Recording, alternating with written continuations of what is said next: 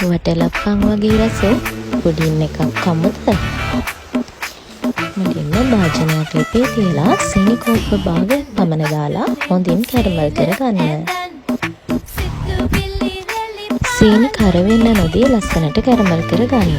ඒකට උණු වතුර කෝප්පයක් පමණ දමා තවත් සීනි කෝප්පයක් හා ලුණු තේ හැඳි කාලක් දමා බුබුලු දමන තුණු රත් කර නිවෙන්නට දෙන්න. දැන් අපි පුඩින් එක හදමු.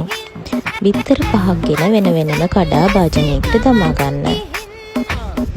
නැවුම් කිරි හෝ පිටි කිරි අඬු කෝප්ප එකමාරක්, සාදාගත් පැණි කෝප්ප එකමාරක්, වැනිලා ස්වල්පයක්, කැබලි කරගත් කජු ස්වල්පයක් අත්‍යවශ්‍ය නොවේ.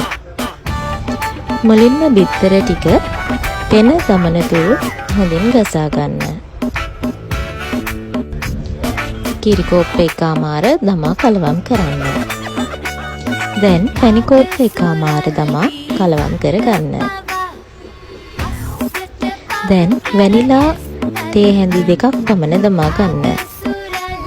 දැන් එම මිශ්‍රණය පුඩින් එක සාදා ගන්නා තැටියට පෙරා ගන්න. ඒ උඩින් කජු කැබලි කිහිපයක් දමා ස්ටීම් කරගන්න. මිනිත්තු 45ක් පමණ ස්ටීම් කරගන්න. කූරක් ගසා බලා මිශ්‍රණය ඇලෙන්නේ නැතිනම් ඔබට උණුවෙන්ම හෝ ශීත කර රස විඳිය හැකියි. තවත් දවසක හමු වෙනතුරු ගිහින් එන්නම්. සුබ දවසක්.